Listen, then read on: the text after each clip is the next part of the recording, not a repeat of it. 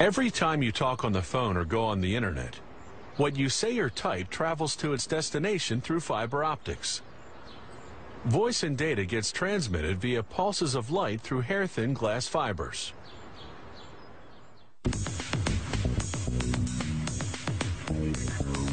Those fibers start out as large glass tubes. First, workers unwrap the tubes.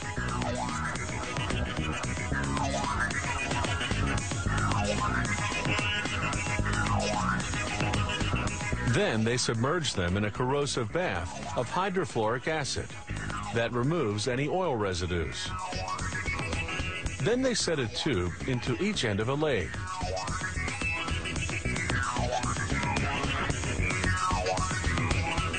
As the tubes spin, they're heated with a hydrogen-oxygen flame. When the glass turns white, it's getting close to hitting peak temperature. At about 3,500 degrees, the two tubes fuse together. They put this new longer tube onto another lathe. As the tube spins, they inject a mixture of chemical gases inside, while a traversing burner heats everything up. The gas mixture contains liquid forms of silicon, an abundant chemical element found in nature, and germanium, a chemical element similar to tin that's used as a semiconductor in transistors and other electronic devices. As the gases heat, they undergo a chemical reaction that leaves a white soot on the inside of the glass tube. The heat fuses the soot, forming what will eventually become the core of the optical fiber. The glass tube itself will form the fiber's covering.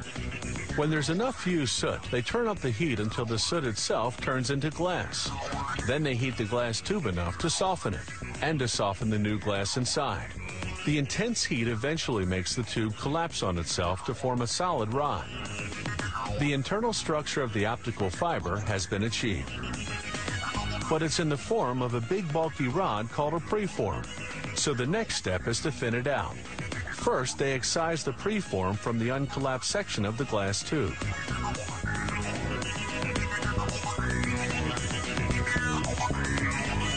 Then they install it vertically into the drawing tower, which will draw out the final shape.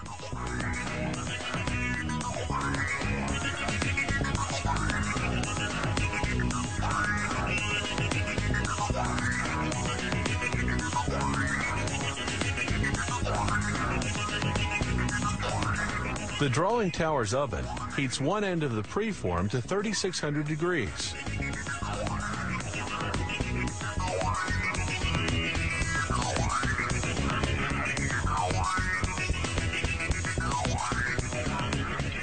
The glass softens.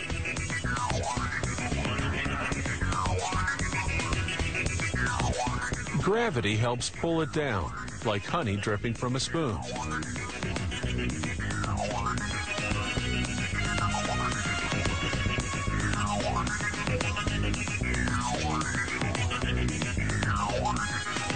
Then, using a glob of glass as a weight, they stretch the soft glass and keep stretching it until they formed a thin glass fiber.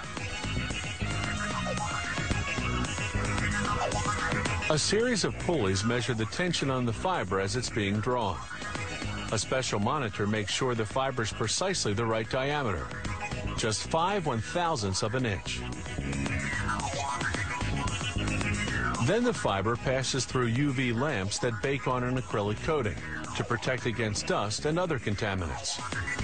Finally, the fiber is rolled onto a drum. From here, it's either shipped out as is or put into a cable. Fiber optic cables are expensive to produce, but they're smaller and lighter than traditional copper cables. They carry more information and need fewer repeaters to keep the signal from deteriorating.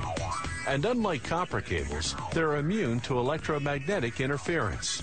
They're also hard to tap without being detected. And all of this is made possible by a complicated process based on a very simple principle: light traveling through glass.